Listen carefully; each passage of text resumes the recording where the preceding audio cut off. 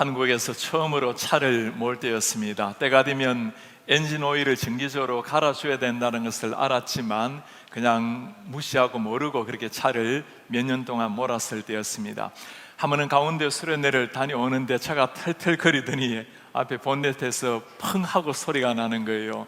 차가 이렇게 망가지게 되었습니다. 그 한밤에 차 안에서 밤을 꼬박 새고 정비소에 갔더니 하는 말씀이 수십 년 동안 이렇게 차를 고쳐보았지만 이런 차는 처음 본다고, 엔진을 열어보니까 그 안에 찌꺼기가 가득히 들어가 있는 거예요. 때가 끼어서 결국에는 차가 망가지게 되었습니다. 겉으로 보면 멀쩡하지만 때가 되어서 엔진 오일을 갈아주지 않았을 때 결국에는 멈춰버렸던 차였습니다. 신앙인의 삶에도 영적인 때라는 것이 있습니다. 오랫동안 교회를 다니다 보면 나름대로 열심을 내고 나름대로 교회 생활, 신앙 생활을 하지만 하나님을 바라보는 영적인 거울이 점점 희미해지다 보면 자기 자신도 모르게 어느 순간 멈춰있는 자신의 영성을 발견하곤 합니다. 오늘 유대인들에게 끼어있는 이 영적인 때를 바울은 고발을 하고 있습니다. 율법을 맡았지만 그들은 율법주의라는 영적인 때에 끼어버렸습니다. 할례라는 귀한 하나님의 언약의 정표를 받았지만 그러나 의식주의, 종교주의, 전통주의의 때가 그들 삶의 음습에 들어왔습니다. 오늘 말씀을 준비하면서 한 가지 드는 의문이 이것입니다. 바울은 로마서를 시작하면서 예수 그리스도로 말미암는 복음의 감격, 그 감격을 소리쳐 노래하고는 바로 이 복음을 계속 말하는 것이 아니고 책망하는 이야기, 하나님의 진노를 이야기를 해요. 하나님의 복음에서 떠난 너희들, 남들을 심판하는 너희들, 오늘 말씀에도 복음을 맡았지만 복음대로 살아가고 있지 않는 이런 유대인들을 책망을 하고 있습니다. 그 아름다운 복음의 정수 로마서가 왜 이렇게 무거운 부담스러운 책망으로 계속 시작을 하고 있을까요? 하나님 입장에서 말씀을 생각해 보니까 하나님의 마음이 보입니다. 교회를 다니고 열심을 내서 나름대로 신앙생활을 하고 있지만 그러나 그 가슴 속에 하나님을 향한 열정이 사라지고 복음의 감동이 사라져버린 영적인 때가 끼어서 더 이상 하나님을 보지 못하고 있는 수많은 사람들이 이 시대에도 있다라는 말씀입니다. 오늘 바울이 겉으로 매섭게 공격하고 있는 것이 무엇입니까? 이스라엘 백성들의 두 가지 기둥이라고 할 수 있는 율법과 할례입니다. 율법이라는 것은 이스라엘 백성들이 하나님의 백성이 되었다라는 정표와도 마찬가지입니다. 언약 백성에게 주신 하나님의 말씀입니다. 할례도 그들이 하나님의 언약의 백성이 되었다라는 것을 몸의 외쪽으로 남기는 정표였습니다. 하나님의 말씀을 맡은 백성이요, 하나님의 언약의 백성을 몸에 달고 있었지만 정작 그들의 영혼은 때가 끼어서 하나님을 보지 못하는 이런 어둠의 사람들이 되어버렸다는 것을 고발을 하는 겁니다. 하나님께서 유대인들을 얼마나 사랑하셨습니까? 특별한 백성으로 삼으셨어요. 유대인들에게 주신 하나님의 특별한 은혜, 바울은 오늘 5가지로 먼저 은혜를 이렇게 소개를 합니다. 율법을 의지하는 것. 그렇습니다. 이스라엘 백성들은 율법을 참 의지하며 하나님 앞에 살았습니다. 하나님을 자랑하는 것 얼마나 귀한 일입니까? 그 율법의 교훈으로 하나님의 뜻을 알고 선한 것을 분간하는 것, 다른 이방 사람들에게 주시지 않은 이스라엘 백성들에게 주신 특별한 은혜였어요. 맹인의 길을 인도하고 어둠에 있는 자의 빛이 되는 것, 이때 보지 못하는 것이란 영적인 눈으로 보면 하나님을 모르는 이방인들을 가리키는 겁니다. 저 수많은 이방 사람들을 예수님을 믿게 만들고 하나님을 믿게 만드는 사명, 얼마나 귀한 사명입니까? 율법을 알아서 어리석은 자의 교사요, 어린 아이의 선생이 되는 것. 하나하나 따져보면 모두가 소중하게 주어진 이스라엘 백성들에게 주어진 특별한 은혜였습니다. 문제는 이스라엘 백성들이 이 하나님의 은혜, 하나님의 그 놀라운 특권을 신분으로만 여겼지 그들이 맡아야 되는 역할, 사명을 잃어버리고 살았다라는 사실입니다.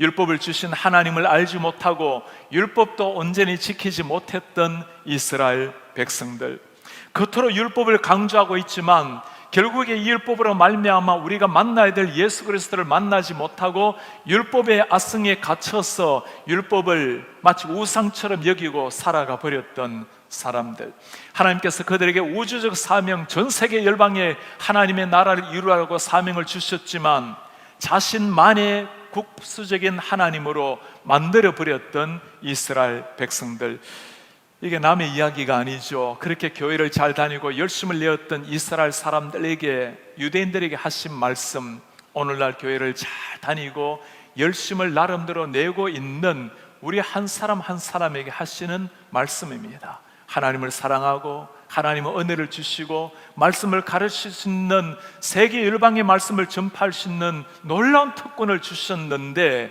오늘날 나의 영적인 거울의 상태는 어떠합니까? 이전에 미국 루이지애나에서 한 집사님 댁에 초청을 받은 적이 있습니다. 제가 집사님 대화를 나누면서 참 많은 감동을 받았어요. 많은 사람에게 참 칭송받는, 존경받는 분이었습니다. 신앙생활 신실하게 하시고 조그마한 교회를 섬기셨던 분인데 사업을 참 잘하셔서 그 사업의 헌금으로 참 크게 선교 활동도 하는 교회였습니다. 집사님께서 저를 특별한 방으로 안내를 해요. 조그마한 방에 책상이 하나 놓여 있었습니다. 목사님, 저는 매일 아침 6시에서 7시까지 이곳에서 기도하고 말씀을 묵상합니다. 앞에 상이 펼쳐져 있고 큐티 노트가 있고 성경책이 보였어요. 사람들에게도 존경을 받고 교회도 그렇게 열심을 내고 하나님 앞에서도 나름대로 신실하게 살아가고 있는 귀한 분, 참 그 귀한 존경스러운 분이 저에게 하셨던 말씀이 참 놀라웠습니다. 그런데 목사님, 저는 아직까지 예수님을 믿지 못하고 있습니다. 믿겨지지가 않아요. 교회를 다닌다고 예수 그리스도를 다 아는 것은 아니죠. 그래도 이 집사님은 진실하게 하나님 앞에 나와서 하나님 앞에 자기 자신을 돌아볼 수 있는 기회가 있기에 하나님께서 그 마음을 열어주셨습니다. 그러나 오늘 유대인들, 그들은 율법을 맡았고 할례 민족이요 아브라함의 피의 자손이요 그 율법에 사로잡혀 버려서 하나님께 나아가고 있는 길을 다 차단시켜버린 이런 사람들이었습니다. 바울이 그것 정말 이야기하고 있는 거예요. 너희들이 겉으로 율법 하고 있는데 정말 율법을 통해서 알아야 되는 게 있다고, 율법을 주신 하나님을 알아야 되고 율법을 이루신 예수님을 만나야 되고 마침내 율법이 지나고 난 다음에 오는 복음을 알아야 된다고, 그거 지금 소리 높여서 외치고 있는 겁니다. 율법을 살아내지 못했을 때 그들의 문제가 무엇일까요? 23, 4절에 말씀합니다. 율법을 자랑하는 내가 율법을 범함으로 하나님을 욕되게 하느냐? 하나님의 이름이 너희 때문에 이방인 중에서 모독을 받는도다.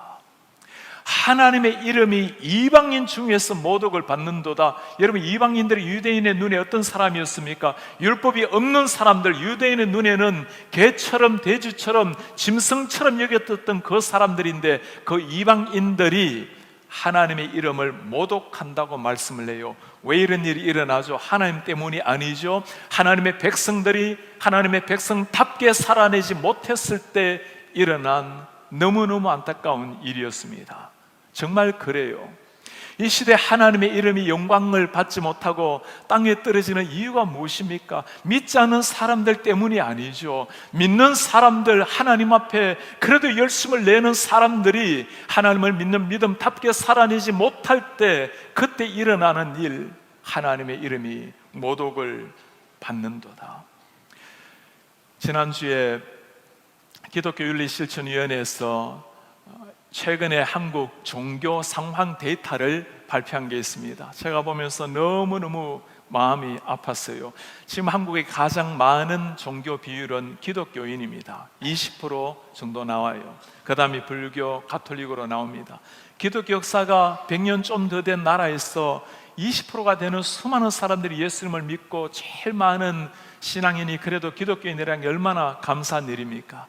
사람들에게 기독교에 대한 신뢰 조사를 물었습니다. 기독교인을 신뢰하지 않는다라는 것이 32%, 64%, 신뢰한다라는 것이 32%, 훨씬 적게 나타났습니다. 종교 선호도를 보면서 가톨릭 1위, 불교 2위, 마지막이 개신교였습니다. 그렇게 말을 해요. 신앙인은, 기독교는 그렇게 많은 사랑을 쏟고 많은 사회사업, 그렇게 많은 구제사업을 하는데도 왜 이렇게 신뢰를 얻지 못하는 것인가? 우리가 바르게 살아내지 못함으로 말미암아 일어난 일입니다. 우리 예수님이 뭐라고 말씀하십니까? 너희가 세상의 빛이요 소금이다. 우리가 하나님을 드러내야 될 곳, 보이지 않는 하나님을 나타내어야 할 곳은 이 세상인 겁니다. 눈에 보이는 사람들에게도 우리 하나님을 보여주지 못한다면 보이지 않는 하나님을 향한 신앙을 무엇으로 증명을 하시겠어요? 눈에 보이는 사람들에게도 삶으로 보여드리지 못한다면 우리가 보이지 않는 하나님을 도대체 무엇으로 사람들에게 설명하고 나타낼 수가 있다는 말입니까? 예수님을 믿는 믿음, 체계적으로 성경을 이해하는 것, 복음을 잘 가르치는 것 다 중요한 일입니다. 그러나 오늘 바울이 강조하고 있는 반드시 한 가지, 율법을 맡았을 뿐만 아니라 율법을 살아내는 인생, 실제 삶 가운데 그리스도의 향기로 편지로 살아내는 것, 그때 하나님이 영광을 받으신다는 겁니다. 우한 폐렴으로 말미암아 참 얼마나 많은 사람들이 죽어가고 온 세상이 안타깝게 기도를 하고 있습니다.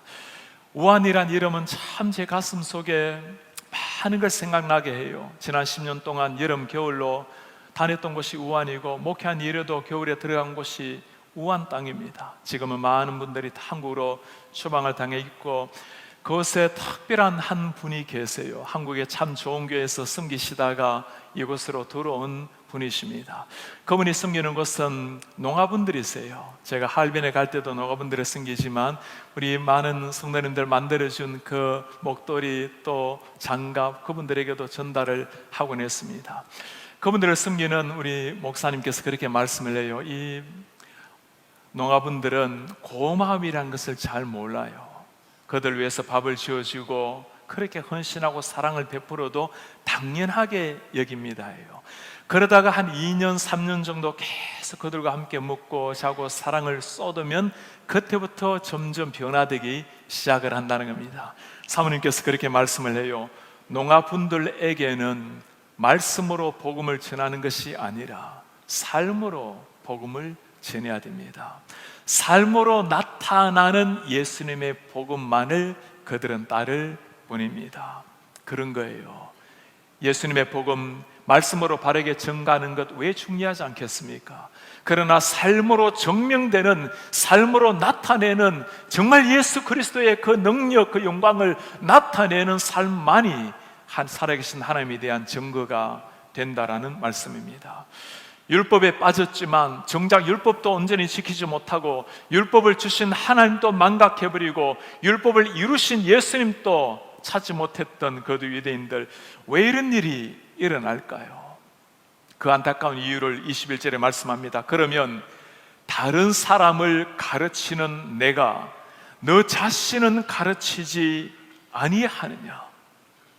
그렇게 율법을 밤낮으로 암송을 하고 다른 사람들에게 가르치고는 있지만 정작 너 자신에게는 가르치지도 아니하고 변화받지도 아니하고 적용도 하지 않는 사람들. 로이드 존스 목사님은 이 성경 구절을 이렇게 설명을 해 놓았습니다. 당신 스스로에게 적용하지 않는다면 성경을 많이 알수록 해로울 뿐이다. 실천 없는 성경 공부하지 말라는 겁니다. 기도하지 않는 기도 특강을 하지 말라는 겁니다. 본인은 전도하지 않는데 전도 훈련하지 말라는 겁니다. 그것이 우리의 영혼의 때를 계속 뛰게 만들어서 열심히 뭔가는 하고 있지만 정작 본인은 하나님을 바라보지 못하는, 하나님과의 깊은 설레이는 역동적인 관계가 사라져 버린다면 그것이 바로 무너져 있는 유대인의, 종교인의 모습이라는 겁니다. 배우는 것보다 가르침을 좋아하는 사람들, 이런 사람들이 가지는 착각이 무엇일까요? 나도 그렇게 가르치는 것처럼 살아간다라고 여기고 다른 사람을 심지어 판단하는 사람이 되는 겁니다. 제가 대학교 선교단체에서 참 열심으로 밤낮으로 그렇게 훈련을 받았을 때였습니다. 온종일 말씀을 묵상을 하고 기도하고 참 많은 사람들 캠퍼스를 다니면서 전도하고 그렇게 예수님을 처음 만났으니 얼마나 열심을 내었겠어요. 방학에 되어서 제 시골 고향 교회를 갔는데 너무 감사하게 말씀을 듣고 있는데 목사님의 말씀을 들으면서 십자가가 나타나지 않고 예수님의 복음이 강조되지 않고 제가 그 말씀을 들으면서 하나씩 하나씩 판단하고 있는 제 자신을 보면서 얼마나 화들짝 놀라서 회개를 했는지를 모릅니다. 자신에게 적용하지 않는 순간 우리의 영혼은 점점 때가 끼기 시작을 하는 겁니다. 오늘 말씀은 하나님의 말씀을 잘 모르는 사람에게 주시는 말씀이 아니죠. 열심을 내는 사람, 특별히 저 같은 목회자들이 심각하게 들어야 될 말씀입니다. 복음을 가르친다라는 것은 너무나 귀한 일이지만 복음의 감격을 잊어버리고 살아간다면 마치 미각을 상실한 채 진미성찬을 앞에 둔 사람이나 다를 바가 없을 것입니다. 특별히 교회를 열심히 섬기는 우리 직분자분들, 이번에 세워지게 될 임직자분들이 특별히 기억을 하셔야 될 말씀입니다. 직분자들에게 중요한 것은 위치가 아니라 역할입니다. 하나님께서 주신 신분 위치가 아니라 하나님께서 나에게 맡겨주신 역할, 그 사명을 신실하게 감당하는 겁니다. 하나님이 주신 은혜에 대한 반응으로 충성되이 내 삶을 드리는 것, 직분자들이 하셔야 될 일입니다. 유대인이 되었다고 구원이 저절로 이루어지는 것이 아니죠. 구원이 이루어졌다고 우리의 수준까지 바뀌는 것이 아닌 겁니다. 하나님 앞에 구원을 얻었다면, 직분을 받았다면 더 겸손하게, 더 충성된 사람으로 쓰는 것이 우리의 본분입니다. 교회를 오래 다니다 보면 이런 분들이 계실 수가 있어요. 예배실에 앉아는 있지만 왠지 내 마음속에 감격과 감사, 기쁨, 만족이 없이 앉아 계신 분들이 계십니까? 예배를 나올 때마다 우리가 기억해야 될 두 가지가 있어요. 내가 누구인가, 하나님이 어떤 분이신가입니다. 여러분, 내가 누굽니까? 하나님 앞에 범죄하여서 나도 모르게 한 인생 100년을 살다가 영원한 지옥으로 떨어져야 될 사람들이 나입니다. 이런 하나님 앞에 원수던 나, 주님과 단절되고 주님을 십자가 못 박았던 나, 이런 나를 위해서 우리 하나님이 하신 일이 무엇입니까? 나를 위해서 예수님을 세상에 보내시고 나를 위해서 이루지 못한 율법을 주님이 대신해서 다 십자가에 죽으시고 율법을 완성하신 우리 주님, 그 주님으로 말미암아 영원한 생명을 얻은 나의 모습, 예배를 나올 때마다 내가 누구인지, 하나님이 예수님을 통해서 나에게 무슨 일을 하셨는지 이 사실을 알게 되면 앉아있는 것이 감격스럽고 하나님 앞에 한 공동체로 찬양하고 예배할 수 있는 것이 누구도 누릴 수 없는 거룩한 특권이라는 것, 그 감격을 가지고 우리는 예배당 문을 나서서 하나님이 맡겨주신 세상으로 들어가 사명을 감당을 하게 되는 겁니다. 오늘 하나님께서 율법에 사로잡혀서 하나님을 바라보지 못하는 유대인들, 율법의 이름은 있지만 진정 율법을 온전히 살아내지 못한 그 사람들을 향해서 진노의 말씀을 내뱉고 있는 겁니다. 교회를 다니는 것, 그리스도인이란 이름이 아니라 예수님을 소유하고 있는 것, 살아내는 것을 가지고 내 삶을 증명을 하라는 겁니다. 바울은 계속해서 25절 이후로 길도록 할례에 대해서 설명을 합니다. 유대인들의 두 가지 기둥이었다면 하나가 율법이요, 하나는 그들의 몸에 달고 있는 할례의식이라고 말할 수 있습니다. 할례의식은 두 가지가 중요한 의미가 있습니다. 이스라엘 백성들이 하나님의 백성들이라는 특별한 정표를 보여주는 겁니다. 이방 나라에는 없는 이스라엘 백성들만의 특징, 또한 하나님 앞에 내 몸의 일부를 베어내므로 이제는 내가 하나님 앞에 내 자신을 드립니다. 자기 자신을 하나님 앞에 사명을 위해서 살겠다라는, 순종하며 살겠다라는 정표가 할례의식입니다. 그러나 이스라엘 백성들은 이 할례의식을 특권으로만, 특별한 의식으로만 여겼지 그 할례 진정한 의미를 상실해버린 사람들입니다. 그들에게 이 할례가 얼마나 중요했는가, 그렇게 지방인들을 얼마나 무시했는가, 주빌리라는 책을 보면 잘 나타나 있습니다. 성경시대에 기록된 책이고 이 책으로 말미암아 성경을 잘 알려주는 책 내용입니다. 태어난 지 8일 만에 할례 받지 않은 사람, 누구든지 그는 멸망의 자손이기 때문에 아브라함과 맺은 언약의 아들이 아니다. 그는 세상에서 멸망받아 멸절당해야 될 사람이고 하나님과 언약을 파괴했기 때문에 하나님께 속한 아무런 정표도 없다. 왜 이스라엘 백성들이 이토록 할례에 집착하는지가 이런 글을 보면 잘 나타나 있어요. 할례가 없는 저 이방 사람들, 율법이 없는 이방 사람들과 똑같다는 겁니다.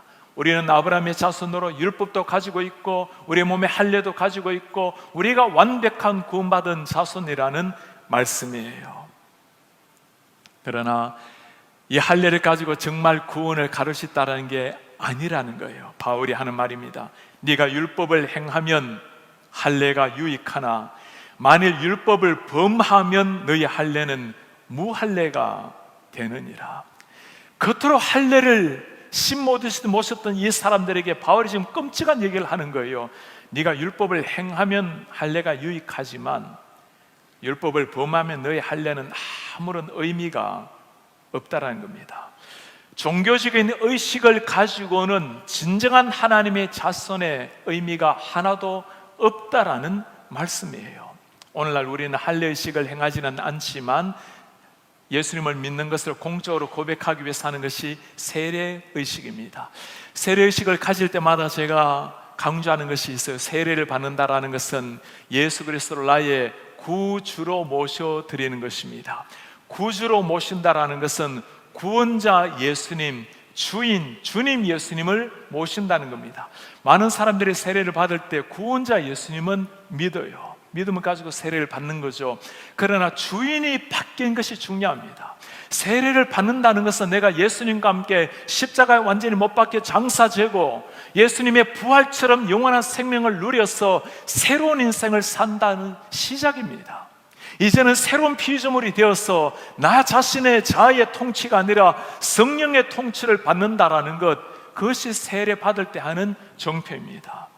세례의식이 아무런 구원의 보장이 되지 않는 것은 율법이든 할례든 구원의 보장이 되지 않는 것이나 마찬가지라는 말씀입니다. 그렇다면 바울이 정말 중요한 할례, 진정한 하나님의 백성은 누구라고 말씀을 하십니까? 무릇 표면적 유대인이 아니며 표면적 육신의 할례가 아니라 표면적에 빠져버렸던 유대인들을 향해서 철퇴를 가하는 겁니다. 이면적 유대인이 유대인이며 할례는 마음에 할지니 영에 있고 율법 조문에 있지 아니한 것이라. 그 칭찬이 사람에게서가 아니요 다만 하나님에게서니라. 마음의 할례, 당연한 이야기죠. 누가 유대인이며 누가 정말 할례를 받은 사람입니까? 아브라함의 피를 받았던, 율법을 받았던, 할례 몸을 가지고 있었던 유대인들이 아니라는 겁니다. 율법을 이루신 예수 그리스도, 이 할례를 위해서 친히 주님께서 십자가에 피 흘려주신 그 주님을 만난 사람, 그 주님의 뜻을 따라 살아가는 사람이 진짜 유대인이요 마음의 할례를 받은 사람이라고 말하는 겁니다. 아무리 할례를 받는다 해도 내 속에 보화가 되시는 예수 그리스도를 소유하고 있지 못하다면 아무런 의미가 없다라는 거예요. 예수 그리스도의 할례, 바울이 뭐라고 말합니까? 또 그 안에서 너희가 손으로 하지 아니한 할례를 받았으니 그것이 무엇이죠? 육의 몸을 벗는 것이요 그리스도의 할례니라. 우리가 육신의 일부를 떼어내어서 피를 흘리는 것으로 하나님의 자녀가 되는 것이 아니고 예수 그리스도가 십자가의 피를 흘림으로 예수 그리스도의 할례를, 정말 우리가 그 피 할례를 바라봄으로써 하나님 앞에 진정 유대인이요 하나님의 자녀가 된다라는 말씀입니다. 최근에 이스라엘에 홍수가 나서 몇 차례 기도 제목을 보내오신 한 목사님이 계세요. 이스라엘 현지에서 선교하시는 가이 코엔이라는 목사님이십니다. 제가 12년 전에 한국에서 목사님을 처음으로 뵙고 목사님의 설교를 통역을 해드린 적도 있습니다. 참 특별한 분이세요. 코헨이라는 단어가 제사장이라는 의미입니다. 그 이름부터 벌써 아론의 자손이라는 게 보이죠. 이분은 유대인이라는 자부심뿐만 아니라 그의 조상이 아론이라는 것을 얼마나 자랑스럽게 여겼는지, 그리고 랍비 되기 위해서 일평생 교육받고 준비해온 분이십니다. 어느 날 이스라엘에서 길을 가다가 어느 한 사람이 책을 하나 전달해 주었어요. 보니까 신약 성경이에요.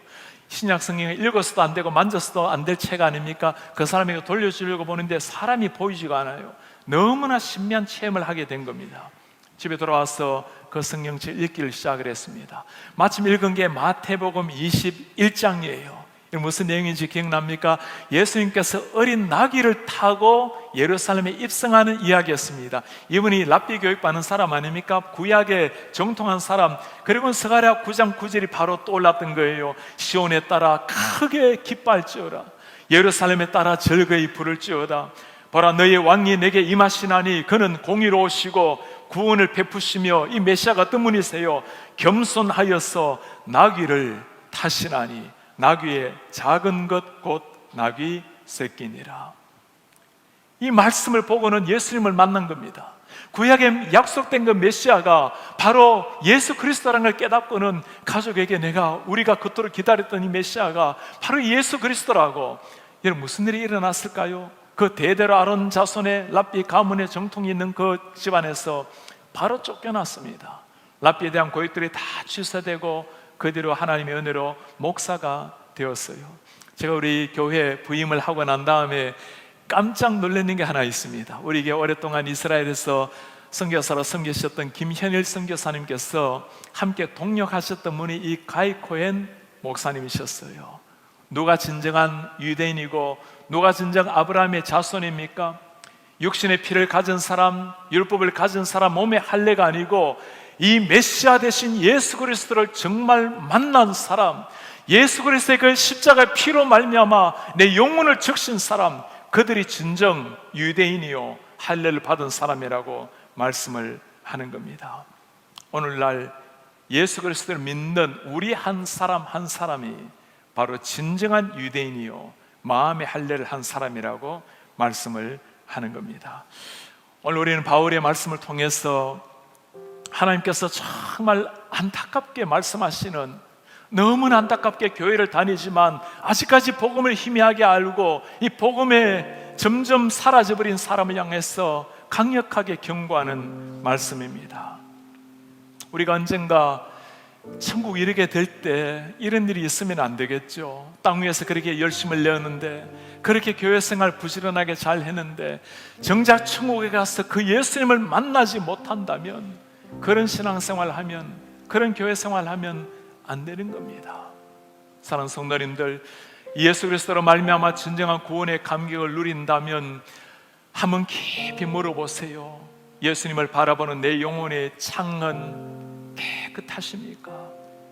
우리 가운데 영혼의 때가 끼어서 그냥 겉으로 보면 멀쩡하지만 점점 예수 그리스도의 구원의 감격이 희미해지고 감사가 약해지고 판단의 마음, 차가운 마음으로 내 자신을 다스리고 있는 분이 계시지 않으십니까? 오늘 주님께서 우리에게 다시금 말씀을 하십니다. 율법을 가진 자가 참 이스라엘이 아니라 하나님을 만난 사람, 예수를 소유한 사람, 율법을 지키며 살아가는 사람이 진정한 그리스도인이라고 말씀을 하세요. 영혼의 때 겉으로 보면 보이지가 않습니다.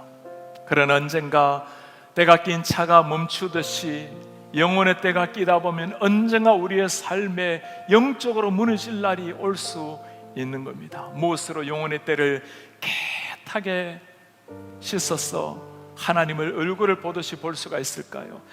예수 그리스도의 십자가의 피, 모든 죄악과 허물을 맑히는, 날마다 우리를 새롭게 만드시는 예수 그리스도의 피에 우리의 몸과 우리의 영혼을 적실 때, 그때 우리에게 있는 모든 영혼의 때가 깨끗하게 될 것입니다. 그때 우리는 주님께서 우리를 보시듯이 우리도 주님을 볼 수가 있을 거예요. 그렇게 살아가는 사람이 이 시대 하나님의 진정한 유대인, 진정한 하나님의 백성이요 하나님의 제자들입니다. 우리 성도님들, 주님께서 우리를 바라보시듯이 깨끗한 영혼의 거울로 주님과 함께 매일 동행하며 살아내는 우리 하나님의 사람들 되시기를 주님의 이름으로 축복합니다.